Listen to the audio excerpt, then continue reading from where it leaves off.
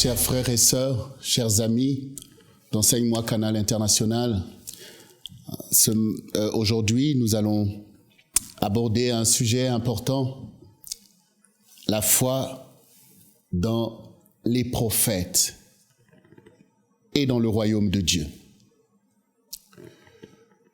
Il est important de réaliser premièrement que discerner la foi que Dieu nous a donnée est fondamental. Cette foi est placée en chacun de nous, mais à un moment donné, dans la maturité de notre vie, nous prenons conscience de ce facteur qu'au-delà de nos sens, nous avons une autre dimension qui nous permet de cerner la vérité, c'est la foi. Et malgré tout ce qu'on peut nous enseigner, voir à la télé, à l'école, cette foi triomphe par la grâce que Dieu nous fait d'être là, nous habiter et nous montrer que cette foi, au contraire, c'est la vérité par laquelle nous nous tenons. Et cela fait de nous des croyants. Et pas des croyants, pas n'importe quel croyant, parce qu'il y a toutes sortes de croyants dans le monde, comme vous le voyez vous-même, mais des croyants en Jésus-Christ. Jésus-Christ qui est la face découverte du Dieu invisible, le Dieu des patriarches. Il s'est manifesté en Jésus, selon la promesse qui a été faite, comme nous le voyons dans le livre de Genèse, dans le livre de Genèse 2, quand Dieu a dit au serpent, « Je mettrai inimitié entre toi et la femme, entre ta descendance et sa descendance. Tu lui blesseras le talon, et lui, il écrasera ta tête. » On voit déjà que Dieu avait déjà promis déjà à la rédemption de Ève par la venue de la descendance de la femme, Christ. Donc nous avons la grâce, nous, de connaître ce vrai Dieu-là. Et maintenant, ce Dieu est le Dieu qui parle, qui révèle à l'humanité la parole qu'il doit suivre. Et nous nous réjouissons de ce que le prophète et roi David dit « Ta parole est une lampe à mes pieds et une lumière sur mon sentier. » Et nous prenons l'avantage de croire dans la parole du Seigneur et de la mettre en pratique au quotidien. Et ainsi nous avançons selon notre destinée, selon notre appel. Mais il est important aujourd'hui aussi pour nous de comprendre que Dieu n'agit pas seul. Il agit avec ses serviteurs, avec les prophètes. Nous le voyons, le Seigneur dit dans sa parole, Dieu peut-il faire quelque chose sans en aviser ses serviteurs, les prophètes. On voit bien cette importance que représente le vase, le canal par lequel Dieu va se manifester. Effectivement, dans l'Ancien Testament, les serviteurs de Dieu sont notamment représentés par les prophètes. Et aujourd'hui, bien sûr, par cette invitation, comme nous allons le lire tout à l'heure, à croire dans les prophètes, nous comprenons que Dieu parle de ses serviteurs. Alors faisons cette lecture dans le livre de 2 Chroniques 20, du verset 17 au verset 20. Voici cette scène. Et Jocaziel dit, « Soyez attentifs, tout Juda et habitants de Jérusalem, et toi, roi Josaphat, ainsi parle l'Éternel. Ne craignez point, et ne vous effrayez point devant cette multitude nombreuse, car ce ne sera pas vous qui combattrez, ce sera Dieu. Demain, descendez contre eux. Ils vont monter par la colline de Tits, et vous les trouverez à l'extrémité de la vallée, en face du désert de Jéruel. Vous n'aurez point à combattre dans cette affaire. Présentez-vous, tenez-vous là, et vous verrez la délivrance que l'Éternel vous accordera. Juda et Jérusalem, ne craignez point et ne vous effrayez point. Demain, sortez à leur rencontre et l'Éternel sera avec vous. Josaphat s'inclina le visage contre terre, et tout Juda et les habitants de Jérusalem tombèrent devant l'Éternel pour se prosterner en sa présence. Les Lévites, d'entre les fils de Kénathites et d'entre les fils de Coréites, se levèrent pour célébrer d'une voix forte et haute l'Éternel, le Dieu d'Israël. Le lendemain, ils se mirent en marche de grand matin pour le désert de Tekoa. À leur départ, Josaphat se présenta et dit, « Écoutez-moi, Juda et habitants de Jérusalem, confiez-vous en l'Éternel, votre Dieu, et vous serez affermis. Confiez-vous en ses prophètes et vous réussirez. » Ici, nous voyons que Josaphat établit une relation intime entre Dieu et les prophètes. Parce qu'effectivement, en ce temps, Dieu parlait, conduisait son peuple au travers des prophètes qui sont les représentants de Dieu.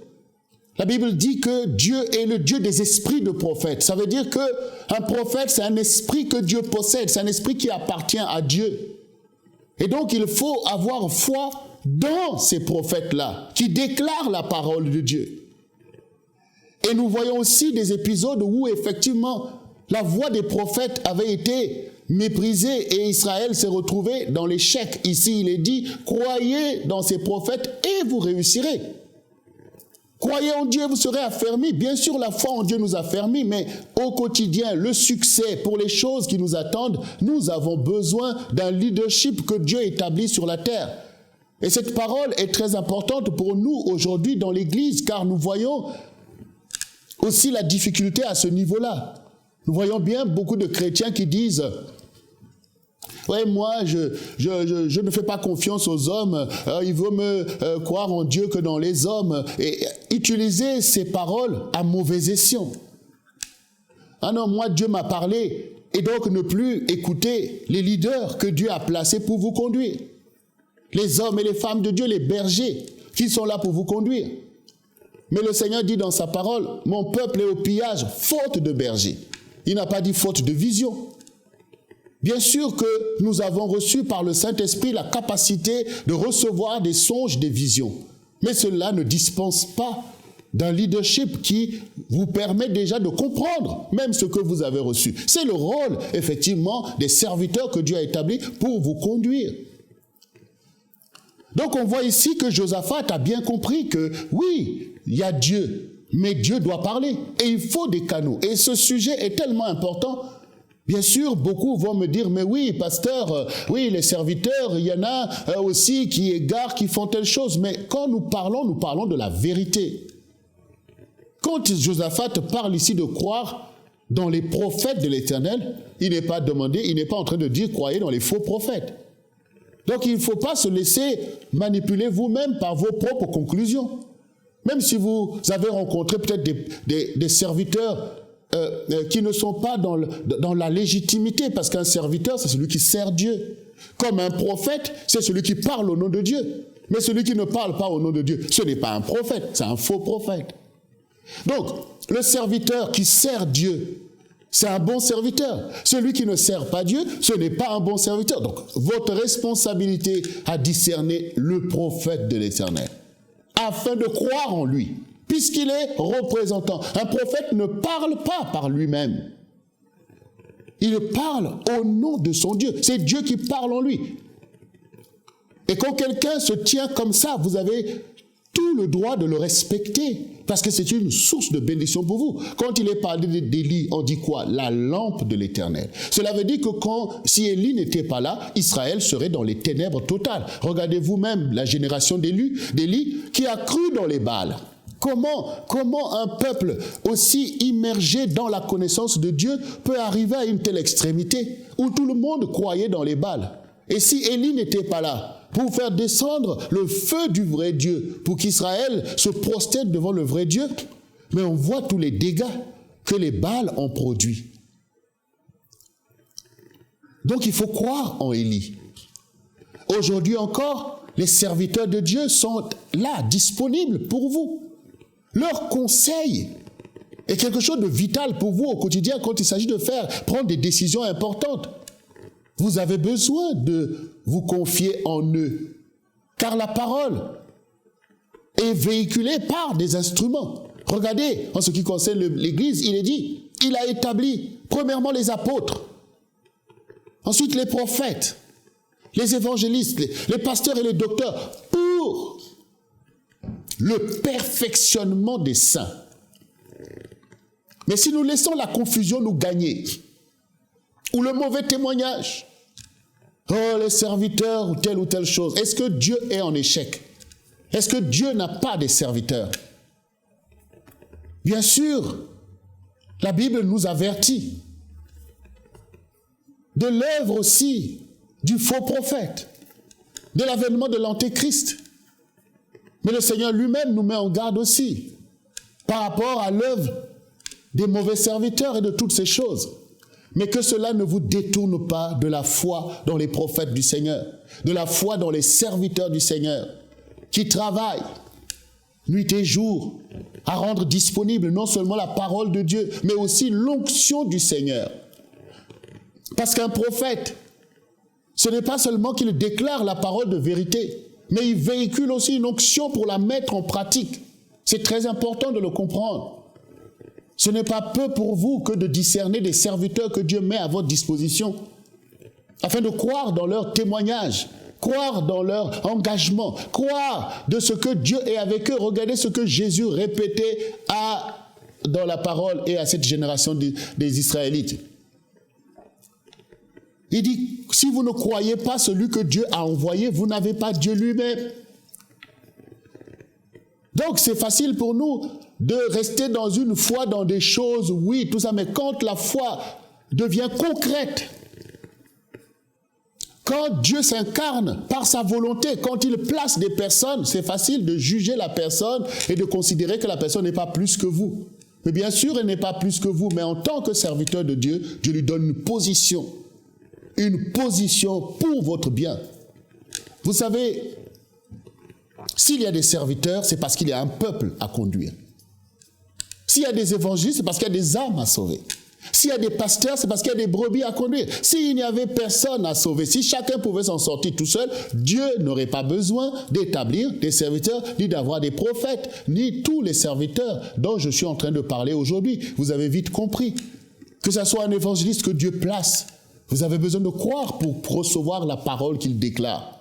Parce que si vous méprisez la personne, vous ne pouvez pas recevoir ce que la personne véhicule. Pourquoi les prophètes ont été tués à longueur de journée au milieu d'Israël? C'est parce que les personnes ne voulaient pas recevoir ce qu'ils véhiculaient, mais ne croyaient pas en eux aussi. Aujourd'hui, bien-aimés, croyez que Jésus-Christ a établi l'Église dans un ordonnancement efficace. Il y a des serviteurs mis à part pour vous conduire. Et vous devez leur faire confiance. C'est vrai qu'écouter un enseignement ou un enseignement ou une prédication, ça tout le monde peut le faire. Mais je parle ici du conseil. Quand il s'agit de recevoir un conseil sur les choix que vous faites au quotidien, très vite vous avez mis de côté et le conseil et la personne qui vous conseille, alors que cette personne est établie en autorité pour votre bien. Cette foi dans les prophètes doit vivre au milieu de l'Église. L'Église doit discerner les apôtres, les prophètes, les évangélistes, les pasteurs, les docteurs, et se confier, parce que Dieu donne des enfants à leurs parents. Et quand un enfant vient au monde, il ne peut pas s'en sortir tout seul. Il a besoin d'être conduit par ses parents jusqu'à sa maturité. Vous aussi, vous avez besoin d'être conduit par vos parents spirituels jusqu'à votre maturité. Que vous soyez capable d'en juger vous-même ou peut-être de rentrer dans votre propre ministère. Vous avez besoin de vous confier dans les serviteurs du Seigneur. Et il ne s'agit pas, comme je l'ai dit, de se confier dans des choses que vous voyez que ce n'est pas les choses de Dieu. Malheureusement. Là aussi, on voit beaucoup de cas, beaucoup de situations, des enfants de Dieu qui se sont retrouvés dans des expériences catastrophiques avec des serviteurs de Dieu qui eux-mêmes témoignaient clairement qu'ils n'étaient pas en train d'obéir à Dieu ni de servir le Seigneur. Là, vous avez le droit de sauver votre vie. Quand vous voyez qu'on vous conduit dans des choses qui n'ont rien à voir avec Dieu, vous avez le droit de sauver votre vie. Dieu ne vous demande pas de suivre des mauvais serviteurs de Dieu. Dieu ne vous demande pas d'être conduit dans le péché. On parle ici de la parole de Dieu. On parle ici de l'enseignement de la vérité. On parle ici de la sanctification. On parle ici des serviteurs du Seigneur. On parle ici des prophètes. Comme on le voit dans la Bible, il y avait des faux prophètes, mais il y avait toujours les prophètes consacrés. Et la voix de Dieu ne manquait pas au milieu d'Israël. L'Église est dotée des serviteurs et des servantes de Dieu consacrés qui font leur effort pour aider le peuple de Dieu. Vous devez leur accorder foi. Oui. Vous devez vous confier dans leurs conseils. Vous devez prier pour eux. Vous devez les soutenir, car le diable attaque de tels serviteurs de Dieu. Et beaucoup de gens prennent la facilité de parler vainement des serviteurs de Dieu, mais Dieu sait. Et il soutient ses serviteurs. Il confie des brebis. Et nous le voyons parlant à Pierre. Paie mes brebis, paie mes agneaux. Un agneau ne peut pas s'en sortir tout seul devant toutes ces bêtes sauvages qui t'environnent. Et dans cette vie, il y a plein de bêtes sauvages. Dans ton lieu de travail, partout où tu es ou dans ton environnement. Et tu as besoin de discerner le conseil de tes bergers qui vont te conduire et t'empêcher d'être dans l'erreur. Que la foi dans les prophètes du Seigneur puisse vous éclairer et vous édifier. Car le Seigneur ne travaille pas tout seul. Il travaille avec ses serviteurs. Et quand un serviteur est dans sa légitimité et dans son travail, veillez vous-même à ce que Dieu dit que vous devez faire par rapport à lui. Nous voyons des serviteurs de Dieu qui s'engagent et l'appel est grand, puisque le Seigneur dit la moisson est grande et il y a peu d'ouvriers. Et aujourd'hui encore, nous lançons cet appel que toi, que Dieu appelle, prends courage et rentre dans ton ministère. Mais ce n'est pas facile, parce que parfois nous voyons dans certaines églises ou dans certaines organisations, il n'y a aucune pensée pour le pasteur, qui parfois travaille sans même réclamer ce qui lui est dû en tant que salaire. Mais pourtant, il a une famille, il a des enfants qu'il doit envoyer à l'école. Et c'est très facile de parler vainement que oui, les serviteurs de Dieu pour l'argent, parce qu'on amalgame les choses. Mais discernez le sacrifice des serviteurs que Dieu a mis à votre propre disposition. Car l'ouvrier mérite son salaire. On n'en muselle pas le bœuf quand il foule au grain. Vous avez besoin d'avoir foi dans les serviteurs de Dieu que Dieu a placés pour votre bien. À ces personnes qui ont donné leur vie, qui prient nuit et jour pour vos âmes. Ayez foi en eux, soutenez-le, encouragez-les. Encouragez-les, participez aussi à leur vie, parce que Dieu les a consacrés pour cela. Ils auraient pu aussi aller faire comme vous-même, aller travailler ça et là, mais Dieu les a mobilisés pour vos vies. Vos âmes ont plus d'importance que les réalités qui vous entourent. Il faut retrouver la foi dans les prophètes du Seigneur. Nous ne laissons pas le diable nous distraire, prendre des mauvais témoignages pour éclabousser les gens qui font légitimement leur travail. Faites attention, bien-aimés, car vous ne pouvez pas servir Dieu en dehors des canaux qu'il utilise pour vous parler et vous éclairer. Même si Dieu vous parle par des songes et par des visions, ne pensez pas que Dieu veut vous soustraire de la bonne logique de l'Église. Oui, la foi dans les prophètes vous donne le succès. C'est ce qui est déclaré ici. Et tous les rois en Israël cherchaient véritablement des prophètes. Et l'exemple du roi Josaphat, il cherchait toujours la parole de Dieu au travers d'un prophète légitime pour savoir s'il doit se lancer. Vous-même aussi, ne vous lancez pas dans des projets, dans des aventures, sans vous garantir que là, le conseil de Dieu vous avait été adressé clairement. Quand vous avez reçu des choses et que cela est confirmé par le conseil de la personne que Dieu a établie, et ça, c'est pas difficile de savoir que Dieu a établi telle personne pour vous, soit comme un pasteur dans l'église locale ou comme un père spirituel. Mais Dieu ne met pas de côté ses instruments. Souvenez-vous que la sœur de Moïse, un jour a dit à Moïse, voilà, nous aussi Dieu nous parle. Elle a été frappée de lèpre parce que Dieu lui a dit, je vous parle en songe, en vision, mais lui, je lui parle bouche à bouche. Reconnaissez les gens que Dieu a placés en autorité, selon la grâce que Dieu a faite. Mais ce n'est pas pour s'enorgueillir, c'est pour l'édification de l'Église. C'est pour le perfectionnement des saints. que maintenant les personnes que Dieu a placées en autorité dans ta vie soient bénies par ton attitude vis-à-vis de ces personnes. Car Dieu agit avec ordre et efficacité. Et l'Église doit donner l'image d'un royaume ordonné et efficace. Que le spectacle du désordre cesse, car nous sommes dans un temps de réveil et l'Église doit se révéler à sa génération.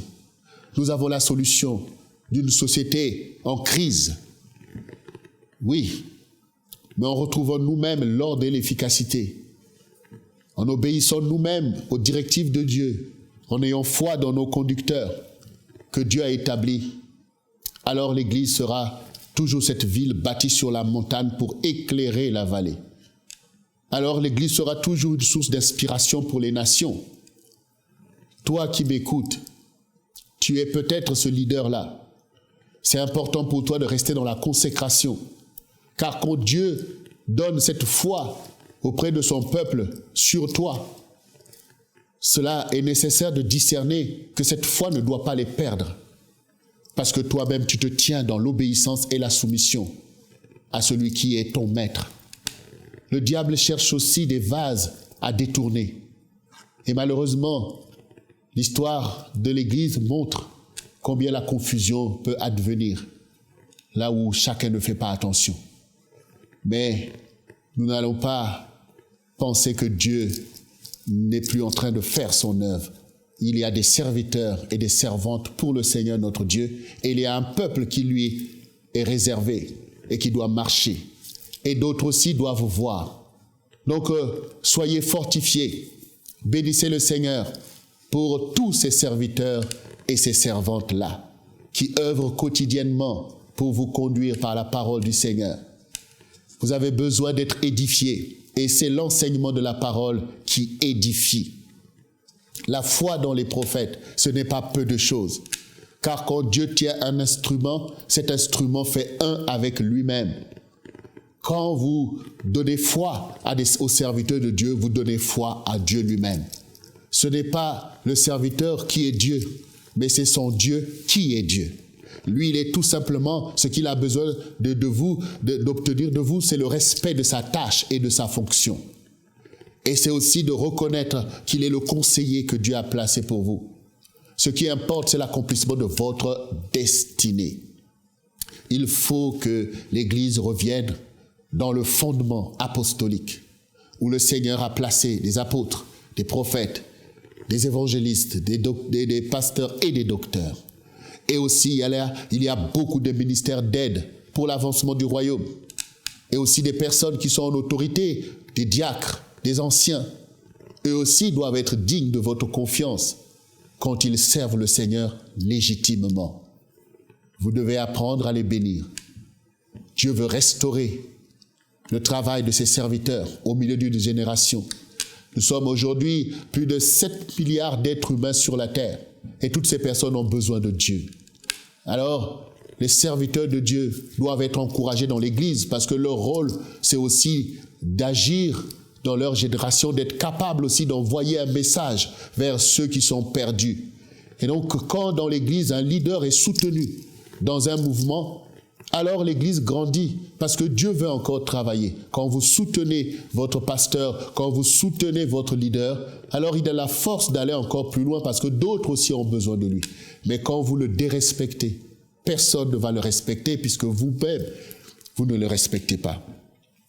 Et pour terminer, souvenez-vous la parole que le Seigneur dit aux enfants. Il dit, « Enfants, honorez votre Père ». Bien entendu, quand nous sommes dans la maison du Seigneur, quand nous parlons de ces prophètes-là, de ces serviteurs-là, nous sommes dans une grande famille. Ils ont droit aussi à votre honneur parce que ce sont des parents spirituels pour vous. Et si maintenant les enfants qui honorent leurs parents reçoivent et vivent et prolongent leur vie, puisque c'est la promesse qui est faite, honore ton père et ta mère afin que tu vives longtemps, donc nous pouvons comprendre aussi la bénédiction pour ceux qui croient dans les prophètes du Seigneur, d'aller jusqu'au bout de leur destinée. Cela est important.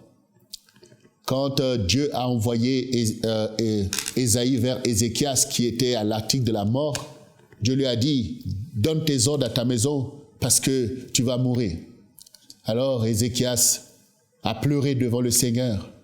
Il a dit, mais ce n'est pas les morts qui te louent.